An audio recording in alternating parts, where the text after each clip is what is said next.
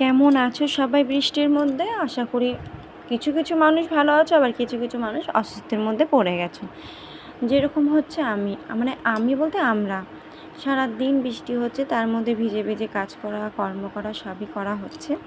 আমাদের কাজ কিন্তু কখনোই থেমে থাকে না। তো আজকে কী কী রান্না করেছিলাম সেগুলি তোমাদেরকে শেয়ার করলাম দুপুরে। 3 দিন ধরে বৃষ্টি হচ্ছে, খিচুড়ি একদিন খাওয়া হয়ে গেছে, আর কতই বা মানুষে খিচুড়ি খেতে পারে।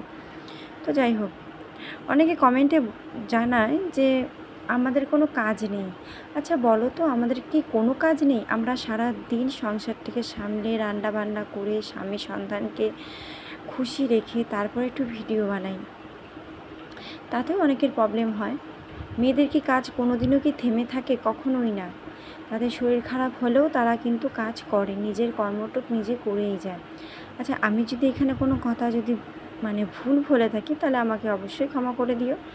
তো আজকে থালি কিন্তু আমার রেডি, তোমরা কে কে খাবে চলে এসো। তো বাই বন্ধুরা।